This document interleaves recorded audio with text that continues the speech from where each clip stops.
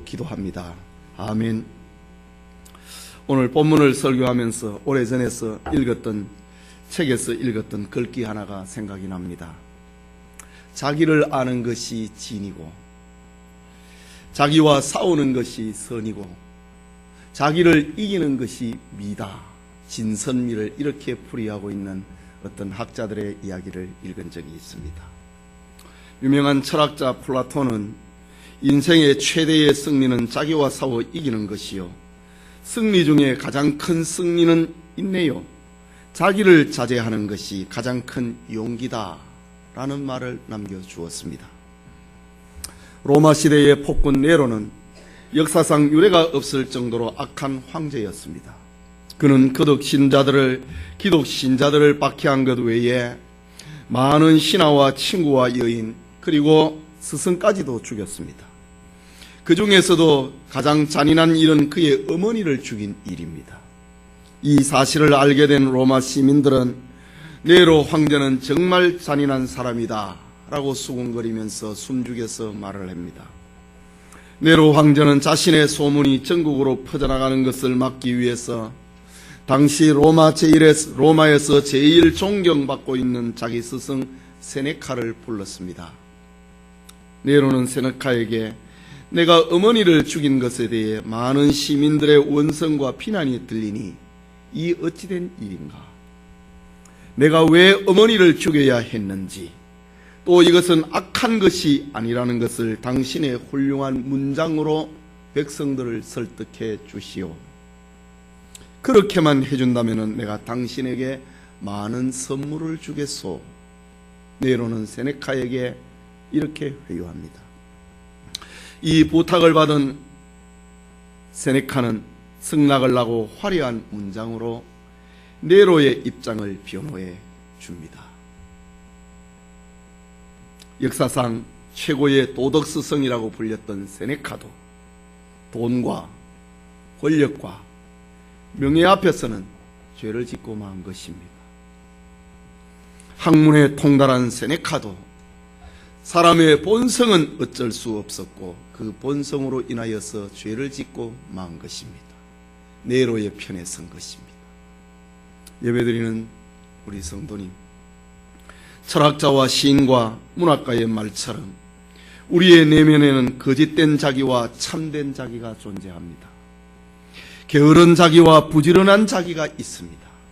무책임한 자기와 책임감이 있는 자기가 우리의 마음속에 있습니다. 어리석은 자기와 슬기로운 자기가 있고, 이기적인 자기와 이타적인 자기가 있고, 교만한 자기와 겸손한 자기가 있습니다. 비겁한 자신과 용감한 자신이 있고, 동물적인 자신과 이기적인 자기가 이렇게 있습니다. 이처럼 두 가지의 항상 자기가 마음속에서 싸우는 것입니다. 이 싸움은 피 흘리는 싸움은 아니지만은 우리의 마음속에서 벌어지고 있는 고통스러운 싸움이면은 틀림이 없습니다. 세상의 모든 종교와 철학은 이 싸움에서 승리를 추구하고 있는 것이 세상 종교와 철학의 목적입니다. 마음속에서 일어나는 싸움을 어떻게 이기느냐, 자기 마음을 어떻게 다스리느냐, 이것이 철학자의 명제였고 모든 종교가 추구하고 있는 길입니다. 그러나 성경은 인간이 아무리 노력하고 최선을 다한다 할지라도 오늘 바울의 고백처럼 곤고한 사람이다, 실패한 자의 모습으로 나타나고 마는 것입니다. 성경의 교훈은 승리는 인간의 힘으로 불가능하다는 것입니다. 싸움의 근본적인 승리는 인간의 힘으로는 될 수 없고, 사람의 수단과 방법으로는 할 수가 없고, 사람의 지식과 경험으로는 인간의 자아를 이길 수가 없다. 오직 예수 그리스도와 십자가의 구속을 믿는 믿음으로만 가능하다. 그것이 성경의 교훈입니다. 이 시간, 지난 시간에 이어서 율법과 죄 그리고 갈등이라고 하는 제목으로 로마서 강해 계속하고자 합니다. 말씀을 듣는 우리 모두에게 하나님의 은혜 주심이 있기를 소원합니다. 율법과 죄 그리고 갈등, 것입니다. 먼저 선과 악의 선택 때문에 갈등이 일어납니다. 바울이 로마서 7장 전반부에서 들려주고 있는 메시지가 무엇입니까? 율법이 필요 없는가? 율법이 죄인가? 율법이 우리를 못살게 구는 것인가? 사도 바울은 결코 그럴 수 없다고 했습니다. 율법은 하나님의 법으로서 거룩하고 의롭고 선한 것이라고 했습니다. 이유는 율법이 있기 때문에 우리는 죄를 알고 그 죄에 빠지지 않으려고 몸부림하고, 율법이 있기 때문에 우리는 영적인 교만에서 벗어날 수가 있고, 율법이 있기 때문에 우리는 우리 자신에게 절망하고 구주 되신 예수 그리스도를 소망하게 된다. 그래서 율법은 선한 것이다 라고 했습니다. 이런 의미에서 시편의 저자는 여호와의 율법은 완전하여 영혼을 소성케 한다.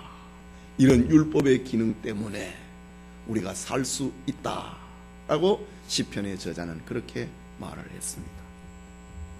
오늘 본문에서 하나님의 율법 앞에서 자신을 돌아보고 있는 바울의 자기 고백을 봅니다. 그래서 본문 안에는 내 속, 내 육신, 내게, 내가 라는 말이 반복되고 있습니다. 먼저 오늘 본문 18절을 보면은 내 속, 곧 내 육신에 선한 것이 거하지 아니하는 줄 아노니 원함은 내게 있으나 선을 행하는 것은 없노라 라고 말합니다. 오늘 이 말씀은 인간의 전적 부패, 전적 타락을 가리키는 아주 중요한 성경 구절입니다. 내 속 곧 내 육신에 선한 것이 거하지 아니하는 줄 내가 아노니 원함은 내게 있으나 선을 행하는 것은 없도다. 선을 행하는 능력은 없다. 내 마음에는 소원이지만은 나에게 능력이 없다고 하는 겁니다. 전적 부패입니다. 여러분, 사람은 본래 하나님의 형상으로 지음을 받았습니다. 그러나 죄로 말미암아 타락한 인간이 되고 말았지요. 그렇다고 해서 사람에게 하나님의 형상이 완전히 없어져 버린 것은 아닙니다. 하나님의 형상의 본래가 깨어지고 말았지만 그 성질은 가지고 있는 것입니다. 예를 들면 아주 예쁜 도자기가 있습니다. 아주 예쁜 도자기를 하나님 형상의 본래로 한다면 지금 우리의 모습은 그 완벽하고 아름답고 가치 있던 모습이 깨어져 버리고 만 것입니다. 그렇다고 해서 도자기의 조각이 쇠로 변한 건 아니고 공기로 변해버린 것도 아니고 물로 변한 것은 아닙니다. 도자기는 깨어졌지만은 여전히 흙이라고 하는 도자기의 성분을 가지고 있는 겁니다. 깨어져 버린 하나님의 형상이 지금 우리의 모습이고 우리의 양심이라고 하는 것이 바로 그것입니다. 그래서 사람은 다른 피조물과는 달리 선하게 살고 싶어하는 마음이 있습니다. 왜? 우리에게는 하나님의 형상이 남아있기 때문에. 하나님의 형상이 깨어져 버렸지만은 그 성질은 가지고 있기 때문에 선을 행하고 싶어하는 마음이 있습니다. 남을 도와주고 싶어하는 마음이 있습니다. 여러분, 강아지가 남을 도와주고 싶어 합니까? 소가, 개가, 돼지가 주인이 온다고 옆에서 웁니까? 그렇지 않습니다. 사람은 다른 피조물과는 달리 하나님의 형상이 깨어졌지만은 그 형상의 성질은 가지고 있기 때문에 선하게 살고 싶어 합니다. 악한 사람이 되고 싶어 하지는 않습니다. 모든 인간의 소원은 사랑하고 싶어 합니다. 어려운 일을 도와주고 싶어 합니다. 악한 사람을 보면은 욕을 하고 모진 사람을 보면은 저주를 하고 싶습니다. 불쌍한 사람을 보면은 도와주고 싶고 함께 울고 위로해주고 싶은 마음이 사람에게는 있습니다.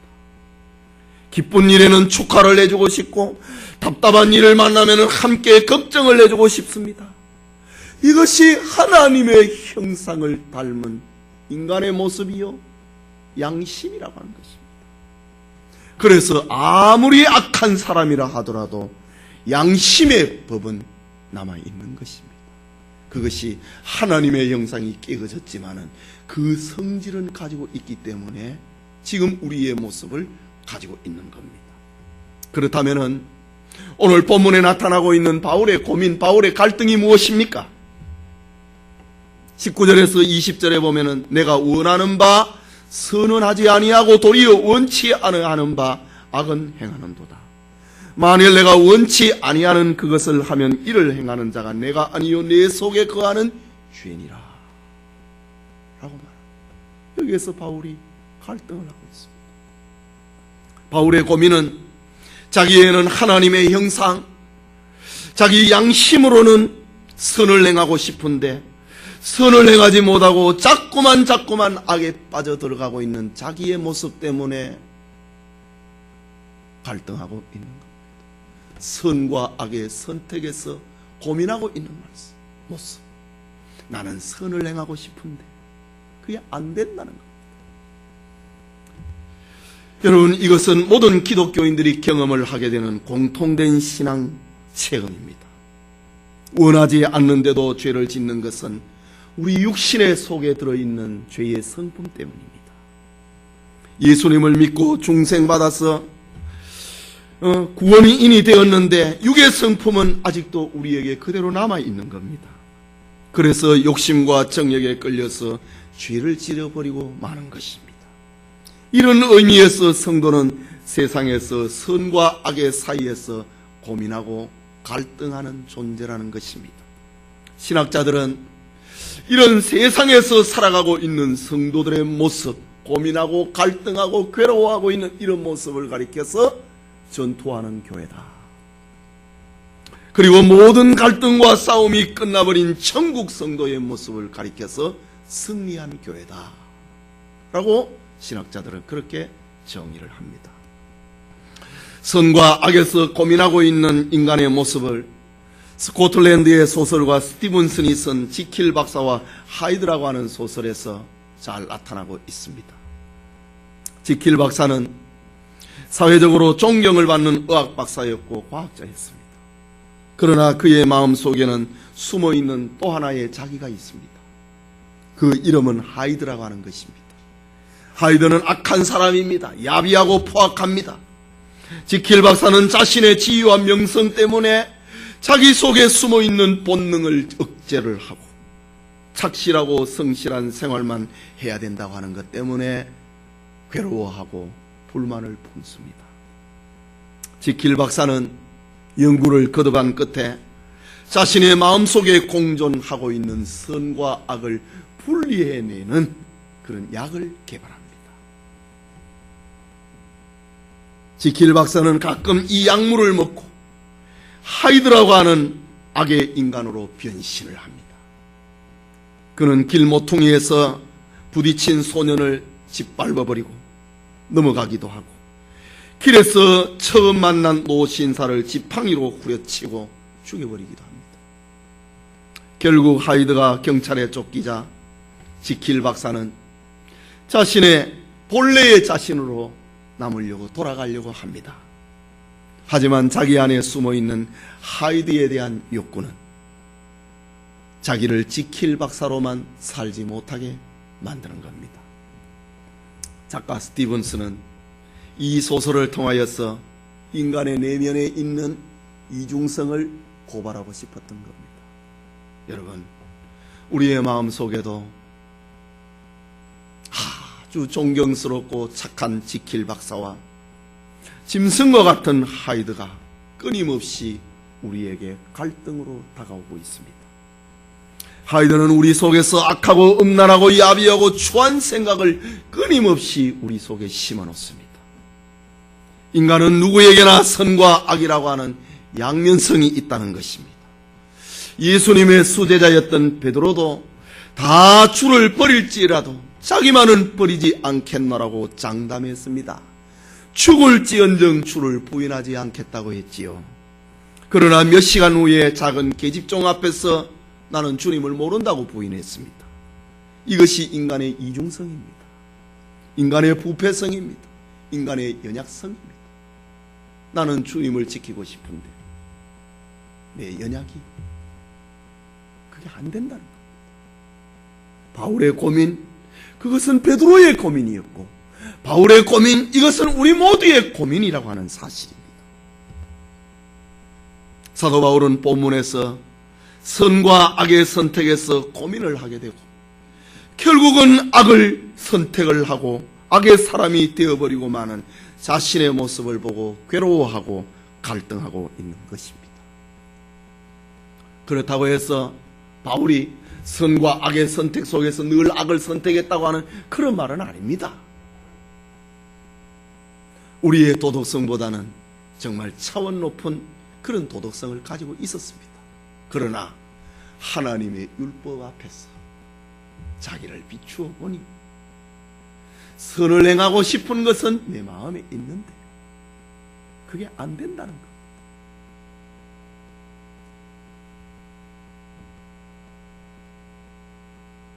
선과 악의 선택에서 고민하고 결국은 악의 사람이 되어버리고 마는 자신의 모습을 보고 괴로워하고 갈등하는 겁니다. 이것은 바울뿐만이 아니고 아담의 후손된 모든 인류의 고민이자 갈등인 것입니다. 우리 인간의 실존은 바로 이런 것입니다. 끊임없이 선과 악 사이에서 고민하고 갈등을 일으킨다. 바울의 고민입니다. 그게 둘째로 하나님의 법대로 살지 못하는 갈등입니다. 21절에서 23절까지 말씀 우리 같이 읽읍시다. 그러므로 내가 한 법을 깨달았노니 곧 선을 행하기 원하는 나에게 악이 함께 있는 것이로다. 내 속사람으로는 하나님의 법을 즐거워 내 지체 속에 한 다른 법이 내 마음의 법과 싸워 내 지체 속에 있는 죄의 법 아래로 나를 사로잡아 오는 것을 보는도다. 사도 바울은 다메섹 도상에서 그리스도를 만났고 하나님의 은혜를 체험을 했습니다. 그리고 기나긴 세월 동안 그리스도의 종이요 사도가 되어서 은혜와 구원의 복음을 전하였습니다. 하지만 그의 마음속에는 언제나 하나님의 법대로 살지 못하는 자기 심경을 이렇게 고백하고 있는 겁니다. 선을 행하기 원하는 나에게 악이 함께 있는 것이로다. 자기 마음속에서 악을 떼어놓을 수가 없다는 겁니다. 붙어있다. 마치 동전의 양면처럼 선을 행하고 하나님의 법을 지키고자 하는 거기에 죄의 법이 동전의 양면처럼 붙어있다고 합니다. 떼낼 수가 없다고 합니다. 이것은 바울의 고백뿐만 아니라 모든 성도의 공통된 고백일 것입니다. 우리는 성령의 사람입니다. 우리는 성령의 열매를 먹기 원합니다. 저 갈라디아서에서 등장하고 있는 성령의 9가지 열매, 사랑과 희락과 화평과 인내와 자비와 양선과 충성과 온유와 절제, 이것을 맺고 싶지 않은, 성령의 열매를 맺고 싶지 않은 성도가 누가 있습니까? 그러나 우리는 이상하게도 우리의 원하는 바 성령의 열매는 맺히지 아니하고 원치 아니하는 악의 열매만 우리에게 맺히게 됩니다. 바울은 이처럼 하나님의 법대로 살지 못하고 율법을 알고 있으니 하나님의 법을 아는 겁니다. 하나님의 말씀을 알고 있으니 하나님의 뜻이 무엇인지를 알고 있습니다. 그럼에도 불구하고 하나님의 뜻대로 살지 못하고 성령의 열매를 맺지 못하고 있는 자기 모습 속에 오는 바울의 갈등입니다. 그렇다면 오늘날 철학자나 세상의 종교와 인본주의자들이 주장하고 있는 그 선행은 무엇인가? 여러분, 그것은 도적이 행하는 선행과 같습니다. 옛날 도적의 경우 산에서 숨어 있다가 지나가는 나그네를 때리고 그의 소유물을 빼앗는 것이 도적 아닙니까? 산적 아닙니까? 어떤 때는 무고한 백성의 목숨을 빼앗아 버리기도 합니다. 이들은 선한 것과는 전혀 관계없는 이들입니다. 그러나 그들에게도 선행이 있습니다. 친구 도둑이 아프면 도와줍니다. 업어줍니다. 빼앗을 물건을 공평하게 나눕니다. 자기들 끼지는 절대로 훔치지 않는다. 그런 법이 있습니다. 또한 도둑의 세계에도 눈물이 있습니다. 형제 도둑이 잡혀간다든가 생명이 위협을 하면은 그를 도와줍니다. 위로해 줍니다. 여러분, 친구를 도와준다고 그의 죄가 의가 되는 것입니까? 이런 도둑의 선행은 일반인이 볼 때는 아무것도 아닌 것입니다. 친구를 도와주고 친구를 위로하고 공평하게 나눈다고 해서 그것은 선이 되는 것도 용서를 받을 수 있는 것도 아닙니다. 이처럼 인간의 선이 아무리 아름답다고 해도 그것은 하나님 보시기에는 아무것도 아닌 겁니다. 그래서 초대교회의 교부 어거스틴은 이런 인간의 선행을 가리켜서 구원받지 못한 사람들의 선은 빛나는 악이라고 했습니다. 어거스틴의 말입니다. 구원받지 못하는 사람들의 선행은 빛이 나는데 악이라고 했습니다. 마치 도적의 선행과 같은 겁니다. 그래서 바울은 로마서 14장 23절에 와서는 믿음으로 쫓아 하지 아니하는 모든 것이 죄라고 합니다. 그러나 예수님은 주님의 이름으로 소자에게 냉수 한 그릇만 대접해도 결단코 그 상급을 잃지 아니할 것이다. 도적의 선행이 아니라 그리스도 안에서 하는 그것은 지극히 작은 것이라도 상급을 잃지 않을 것이라고 이야기했습니다. 여러분, 우리 안에는 반대되는 두 개의 세력이 끊임없이 싸우고 있습니다. 하나님의 법대로 살려고 하는 마음과 죄의 법대로 행하려고 하는 마음이 대결합니다. 믿음으로 살려고 하는 것과 내 멋대로 살려고 하는 것이 대결합니다. 우리의 마음에 이처럼 하나님의 법과 죄의 법이 싸우는 것은 기독교인이 갖는 모든 사람들의 특징이요 구원받은 사람의 증거이기도 합니다. 말하자면 구원받은 성도에게 하나님의 법대로 살고자 하는 이런 투쟁이 없다면 그건 뭔가 잘못된 것입니다. 하나님의 법대로 살지 못하는 고민이 없다면 그는 성도가 아닙니다. 우리가 예수님을 믿기 전에, 교회에 오기 전에는 하나님의 법대로 살아야 된다, 여기에 대해서 갈등하지 않았습니다. 주일을 성수할 것인가?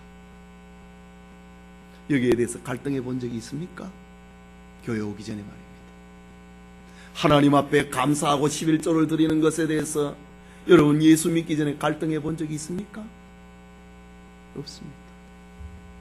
그러나 우리가 예수 믿고 난 다음에 이제 하나님의 법을 알게 된 겁니다. 하나님의 새 법이 우리의 마음속에 들어왔습니다. 그런데 옛날에 죄의 법이 있는 거예요. 그게 동전의 양면처럼 붙어 있는 거예요. 바울은 내 마음으로는 하나님의 법을 섬기고 싶은데 내 육신으로는 죄의 법을 섬기노라 고민하고 있는 것입니다.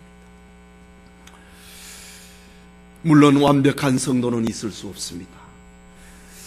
완전한 성도도 없습니다. 하나님의 율법을 다 만족시킬 수 있는 성도는 없습니다. 그러나 하나님의 뜻대로 하는 이런 근심, 고민, 갈등, 이것은 고린도후서 7장 10절에 보면은 하나님의 뜻대로 하는 근심은 후회할 것이 없는 구원에 이르는 회개를 이루는 것이요 세상 근심은 사망을 이루는 것이라. 여러분, 세상에서 하는 근심은요 전부 지옥 가는 근심입니다. 그러나 하나님의 뜻대로 하는 근심, 하나님의 말씀대로 살아야 되는데 내가 살지 못했다, 이런 근심, 그것은 우리로 하여금 회개케 만들어가지고 우리를 생명회로 인도하는 그런 근심이다. 구원에 이르는 근심이다 라고 들려주고 있는 것입니다. 바울처럼 하나님의 뜻대로 살려고 하는 고민과 갈등, 그것은 우리를 생명과 구원의 길로 인도하고 우리를 회개의 길로 인도하는 것입니다.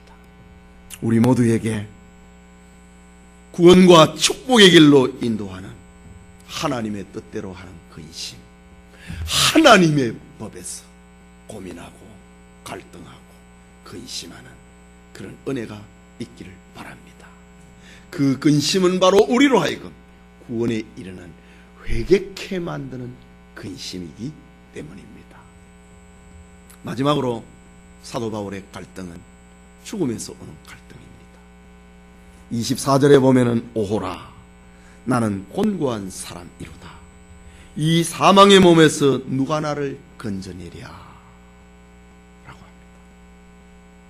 지금 바울은 본문에서 너무나 애처롭게 부르짖고 있습니다. 여기 곤고한 사람이라고 하는 말은 무수한 고난을 체험했던 사람의 모습입니다. 이 사망의 몸이라고 하는 것은 죽을 수밖에 없는 인간의 가련한 모습을 가리키는 말입니다. 하나님의 율법에서 자기를 비추고 나는 곤고한 사람이로다. 나는 사망의 몸을 가지고 있는 사람이다. 결코 사망에서 벗어날 수 없는 절망의 상황이라는 것을 알게 됩니다. 바울은 지금 이 사망의 길에서 고민하고 있는 자신의 모습을 성도들 앞에 솔직하게 털어놓고 있습니다. 사실 구원받은 성도의 마음에서 바울처럼 마음 깊은 곳에서 하나님의 법을 즐거워하고 그 법을 따르고자 하는 그런 소원이 있습니다. 모든 성도들에게는 있습니다. 그래서 하나님의 말씀대로 살아야지, 기도해야지, 감사해야지, 11조를 도둑질하지 말고 감사 생활을 철저하게 해야지, 은혜를 받으면 우리의 마음속에 하나님의 법이 지배를 합니다. 그런데 집에 가서 천장을 쳐다보면 내가 오늘은 또 무슨 일을 해야 되는데 기도하러 못 가겠네. 오늘 너무 피곤하다. 기도하러 못 가겠네. 이번 달에는 써야 될 돈이 많은데 아이고 감사를 줄여야 되겠네. 이게 우리 사람의 모습.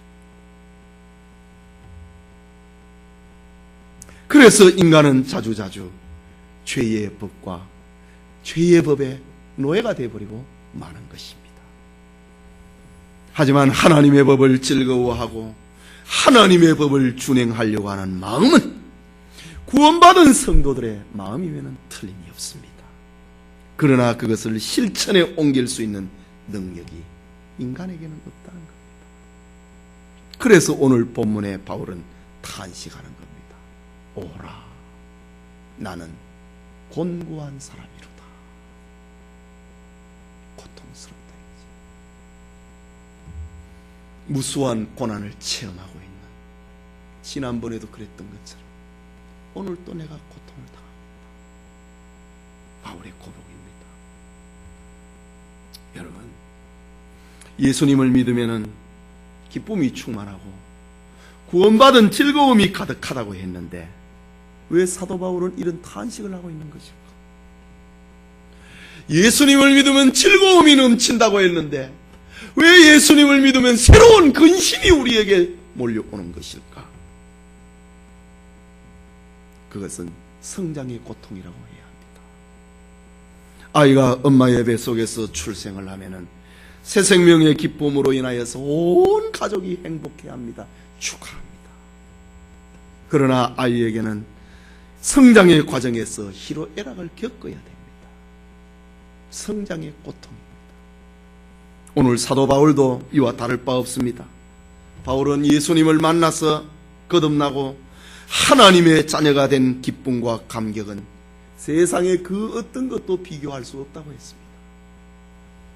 빌립보서 3장 7절에서 9절을 보면은 주님을 만난 바울의 기쁨을 기록을 하고 있는데, 무엇이든지 내게 유익하던 것을 내가 그리스도를 위하여 다 해로 여길 뿐더러 또한 모든 것을 해로 여김은 내 주 그리스도 예수를 아는 지식이 가장 고상함일로라.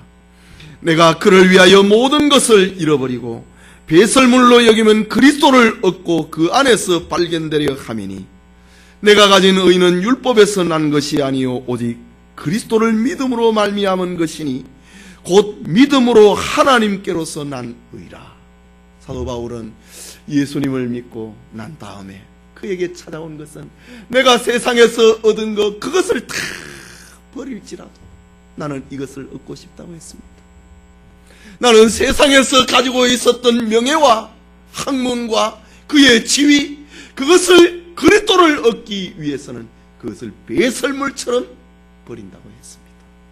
그런데 오늘 본문에 와서는 오라, 나는 공고한 사람이로다. 이 사망의 몸에서 누가 나를 건져내랴 절규하고 있는 것입니다. 바울은 선과 악에서 갈림길에서 자주자주 악을 선택해버리고 마는 하나님의 법을 알면서도 하나님의 법대로 살아가지 못하고 있는 자신을 봅니다.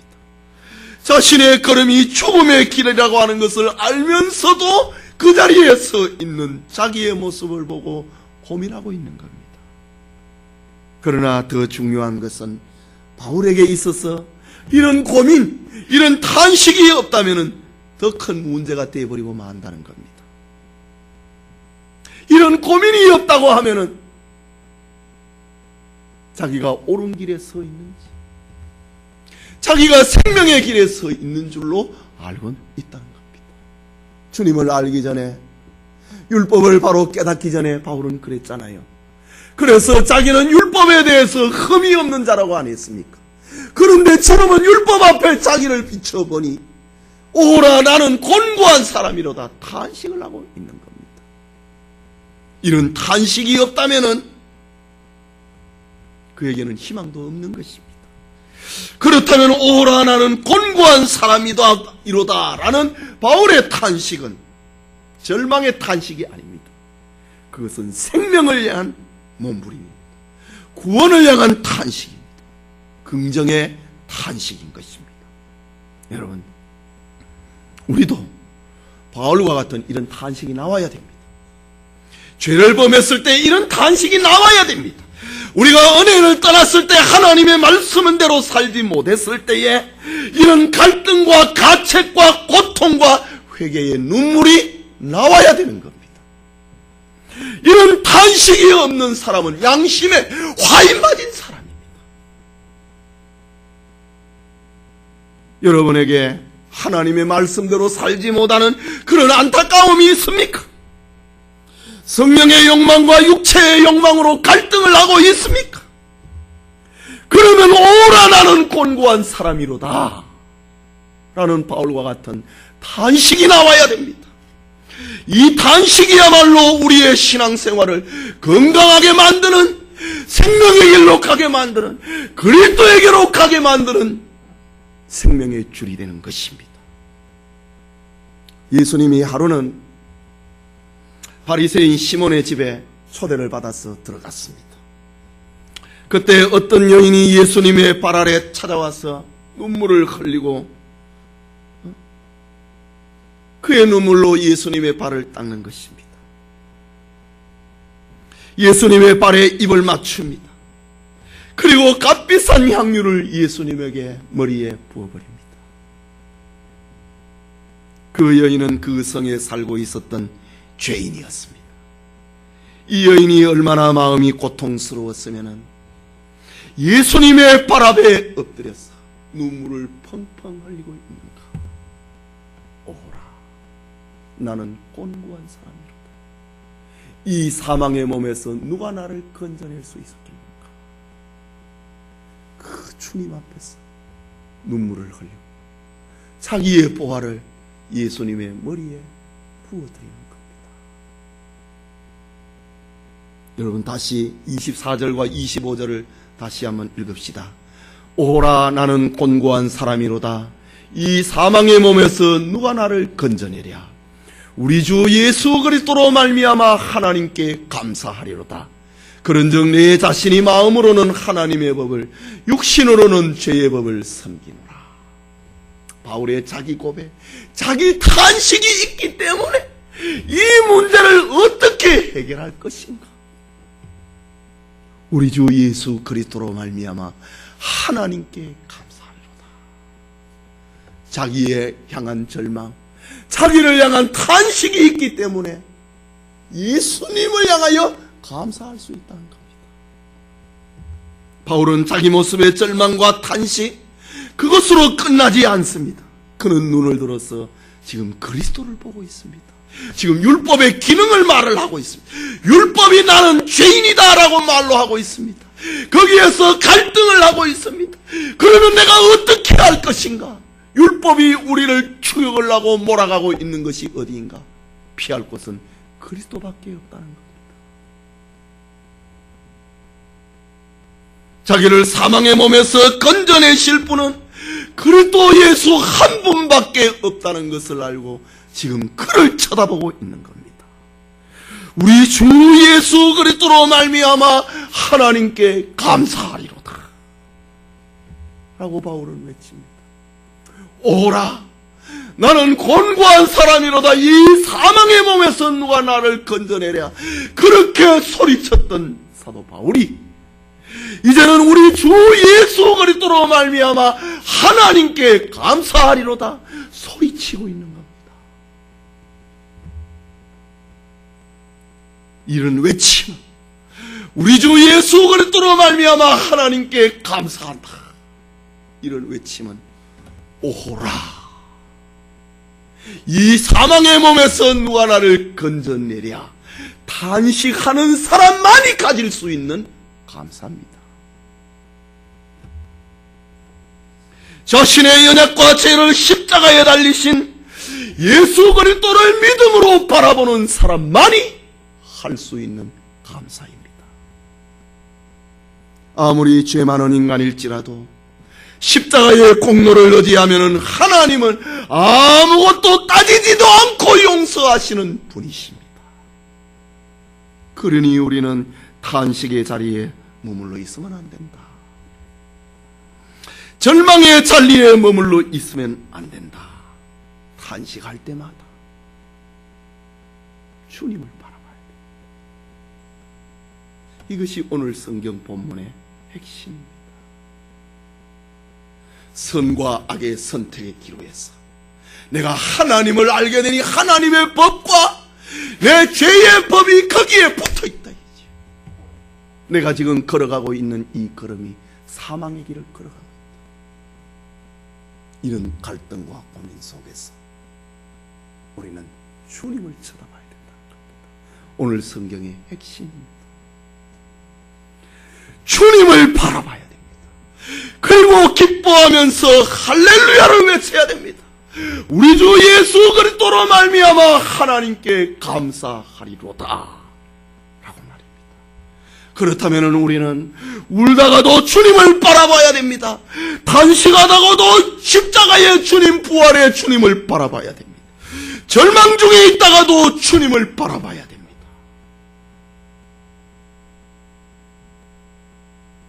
여러분, 사망의 몸에서 우리를 건져낼 수 있는 자가 누구 있겠습니까? 선과 악의 기로에서 고민하고 있는 이를 구원할 수 있는 이가 누가 있겠습니까? 내 안에 선이 없는데, 마음에는 원이지만 행할 능력이 없는데, 가다가 또 넘어지는데, 이 갈등, 이 고민에서 우리를 건져낼 수 있는 이가 누가 있습니까?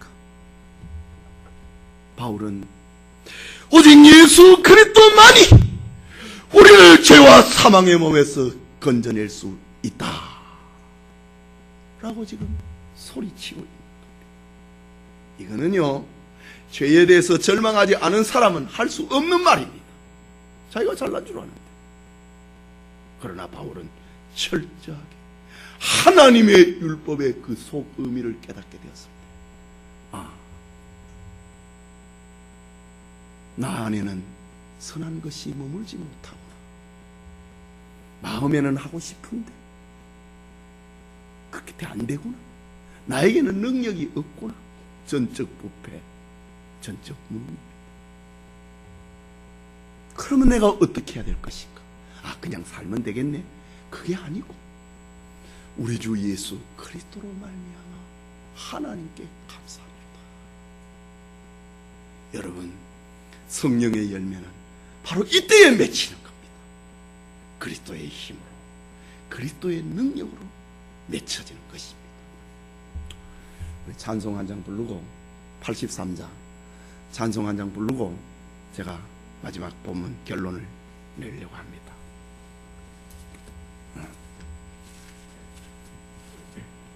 김 목사님, 내가 목이 안 좋으니까 크게 부르세요.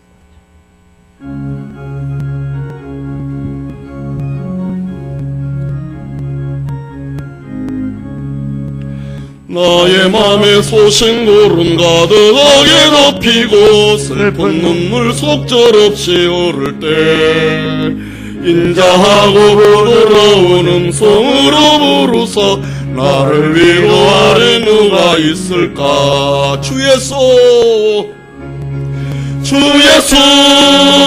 주 예수밖에 누가 있으랴. 슬퍼 낙심될 때에 내 친구 되시는 구주 예수밖에 다시 없도다. 무거운 짐 등에 지고 인생길을 가는 자 힘이 없어 쓰러지려 할 때에 능력 있는 팔을 펴서 나의 손을 붙들어 나를 구해주리 누가 있을까? 주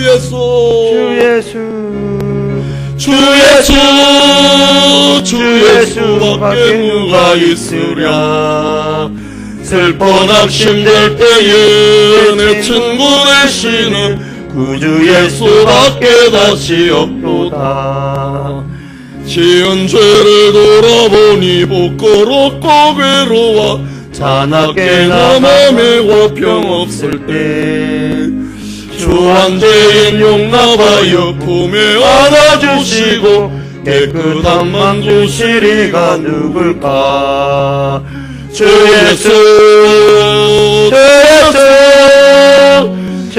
예수밖에 누가 있으랴. 슬퍼하며 힘들 때에 내 친구 되시는 구주 예수밖에 다시 없도다. 요단강을 건너가서 시온성을 향할 때 나와 항상 동행하리 누굴까? 두려움에 걷는 걸음 모두 헤쳐버리고 나의 갈 길 인도하리 누굴까? 주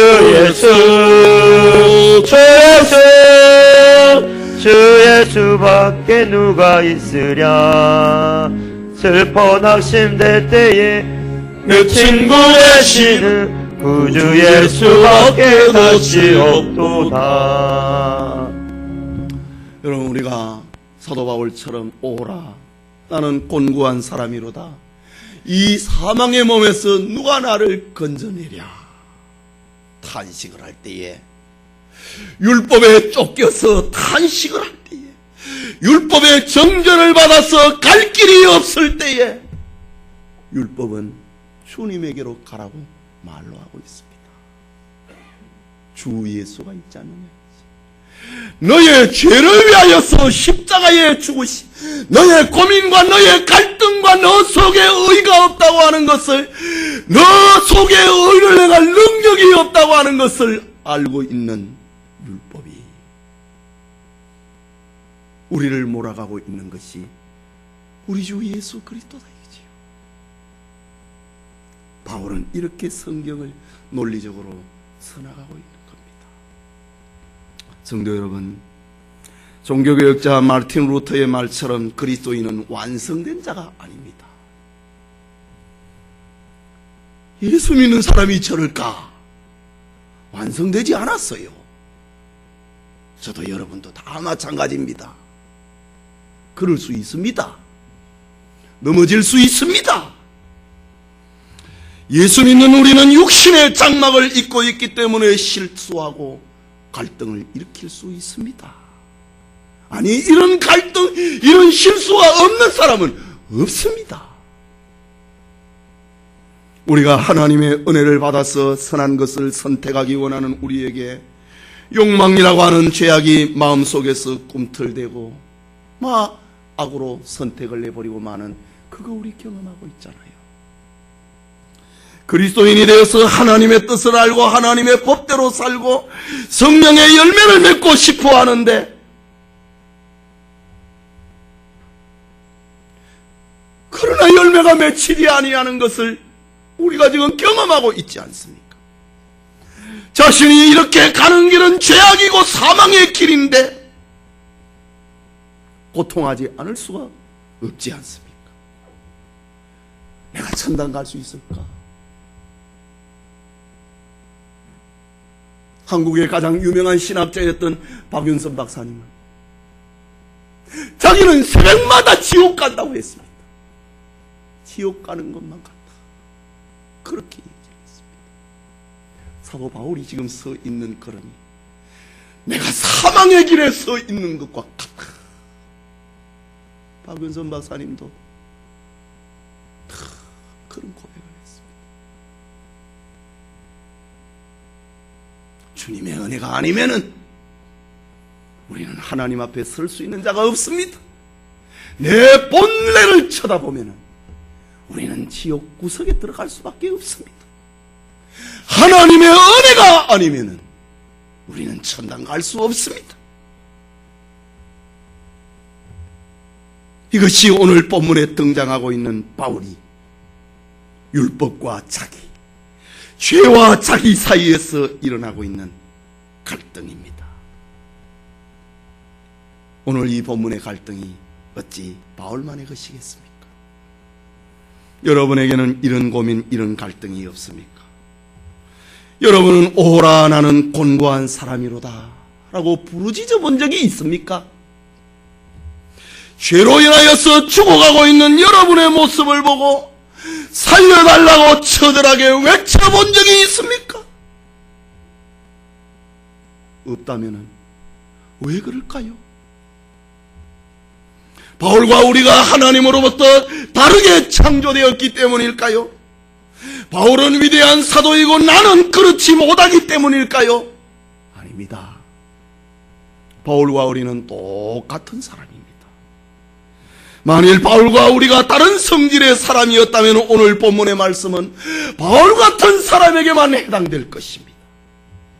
그러나 오늘 성경은 바울뿐만 아니라 저 로마 교회의 성도들 그리고 저와 여러분 모두에게 해당되는 말씀입니다.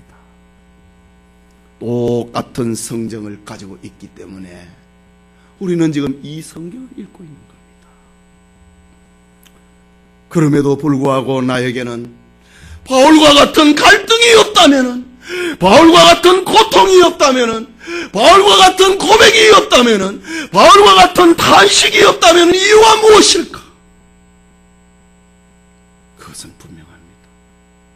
바울처럼 죄에 대한 인식이 없기 때문입니다. 죄에 대한 하나님의 진노와 심판이 얼마나 무서운 것인지를 진정으로 알지 못하기 때문에 부르짖음이 없는 겁니다. 설사 안다고 해도 그냥 관념적으로만 알고 있기 때문에 탄식이 나오지 않은 겁니다. 율법을 깨닫기 전에는 내가 죄인이고 내가 죽었다는 것을 몰랐습니다. 숨을 쉬고 있으니 살아있는 줄로 알았습니다. 바울도 그랬습니다. 그래서 율법으로는 흠이 없는 자라고 하지 않았습니까? 그러나 율법을 알고 나고 하나님의 계명을 알고 나니까 죄가 무엇인지를 알게 됐습니다. 내 안에 죄는 살아나고 나는 죽었구나. 이것이 율법의 기능입니다. 그리고 그 죄로 인하여서 내가 죽은 자인 것을 깨닫게 되는 것입니다. 내 안에는 선이 없다. 바울은 그렇게 선언하는 겁니다. 여러분, 그러나 이것이 우리의 끝이 아닙니다. 예수님께서는 말씀하시기를 수고하고 무거운 짐진 자들아 다 내게로 오라. 내가 너희를 쉬게 하리라 라고 말씀하고 있습니다. 여러분, 죄의 고민이 있거든 주님에게로 나아오십시오. 마음이 괴롭거든, 마음이 복잡하거든, 사업이 안 되거든, 신앙의 갈등이 일어나거든, 예수 그리스도께로 나와서 그 앞에 엎드리십시오. 우리 주 예수 그리스도로 말미암아 하나님께 감사하리로다. 이 축복을, 이 감사를 누리게 될 것입니다. 우리 모든 성도님들이 죄에 대한 탄식과 고민과 갈등 속에 부르짖고 하나님 앞으로 나오는 그리스도로 인하여 하나님께 감사하는 그런 은혜가 있기를 소원합니다.